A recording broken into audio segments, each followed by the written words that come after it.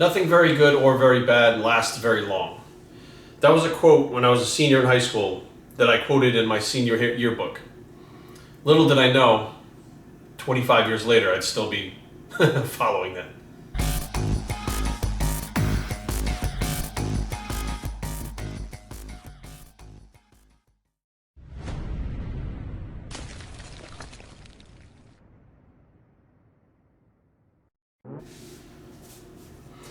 So everything changes and evolves. Nothing stays the same. Things hopefully get better, but even the best things don't stay the same. Even the worst things don't stay the same. So the idea is you want to evolve and get better. And what you're seeing right now is the evolution or the getting better of the Bios3 channel. For a while now, like literally 3 years, I have been doing everything on my iPhone, very basic editing, and it's informational, it's entertaining. But me, myself, I like watching high-def movies, 3D movies, high-def TV, all this stuff. And I said, you know what? That's kind of where I'm at right now. I like the flair. I like the quality. It's time to evolve and it's time to change finally. And I want more of a entertaining kind of look to the channel. So what you're seeing right now is the new 4K camera, tripod, SD card, all that stuff. All that jazz. Went and purchased all of it, and you'll see some new editing, new intros, new everything.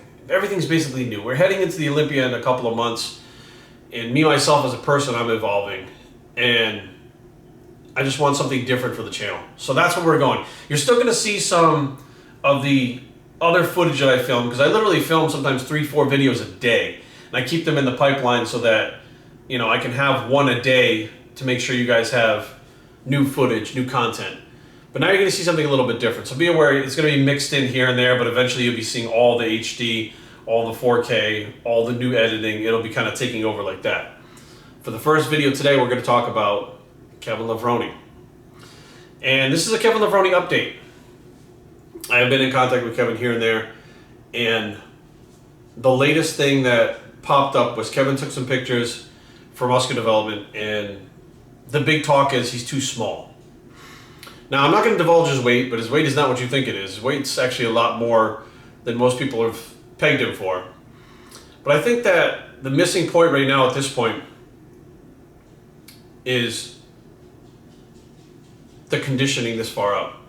Everybody else is fairly bloated still, trying to come into condition.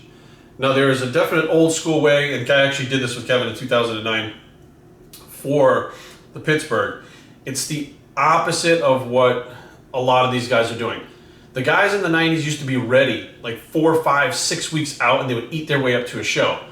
Nowadays, it's not so much that. They actually look pretty terrible until the last week of the show. And even at the press conference, some of these guys look terrible until they start popping their diuretics and using their insulin and Lasix and shit to try to fill out and dry out. Excuse me, which is hit or miss, and several of the guys have not even made it to the stage because they look so fucking terrible. They pull out and blame food poisoning and shit. But what you're not understanding is Kevin used to be able to put on 4 pounds per week of muscle. That was when he was in his 30s.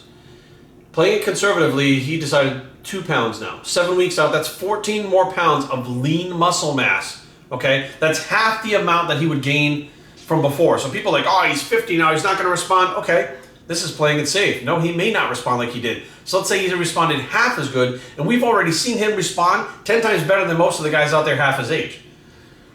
But you have to get conditioning. So the pictures that were shown of Kevin are him flat. Now, if anybody's been watching this channel for quite a long time, you've seen me flatten out and then fill out all within the course of 2 weeks and gain up to 20 pounds and maintain my condition. Last year, it was a week in between. I went from 186 to 195, or it was 176, excuse me, to 195 with the same conditioning in 2 weeks, and the judges were like, holy shit. That's me. Someone with average genetics, maybe a little bit better than average genetics. I was flat, I filled out, maintained condition. Now imagine Kevin with another 20 fucking pounds filled out with the conditioning that he already has. That's insane. What people are looking at now is the full bodybuilders that are in the Olympia that'll be dieting down and many missing their peak, as opposed to a flat, already conditioned Kevin Levrone at 7 weeks out.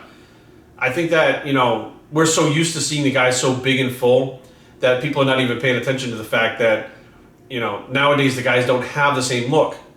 it was the opposite way. These guys would come down, get shredded, and then eat their way up to a show and look fucking 10 times better than the guys nowadays. So, you know, beware. Kevin didn't mind having himself photographed flat. And if you think that's the way he's going to look when he shows up on stage, you're sadly mistaken. The guy's body's been transforming over the last month. Back and forth. He was fucking jacked. He's shredded back and forth. And he's still got twice that amount now. And I think that a lot of people are just going with how he looks now. Well, if how he looks now, he stood next to the rest of the guys, how they look now, guess what? He beat a shit ton of them because they're not in shape yet. So you can't go by what's now. You go by what's the day of the show on the Olympia day. Now, what will he look like on Olympia day? I don't know. Nobody does. He doesn't even know. Like he said he doesn't even know how he's going to look or what he's going to weigh. But be aware, it's not what you guys think it is. So we'll see what happens. All we can do is wait till the Olympia and see where the chips fall. bios3training@gmail.com. Leave comments down below, but don't fight. www.bios3training.com is a blog, and as always, thank you for watching BioS3 Raw TV.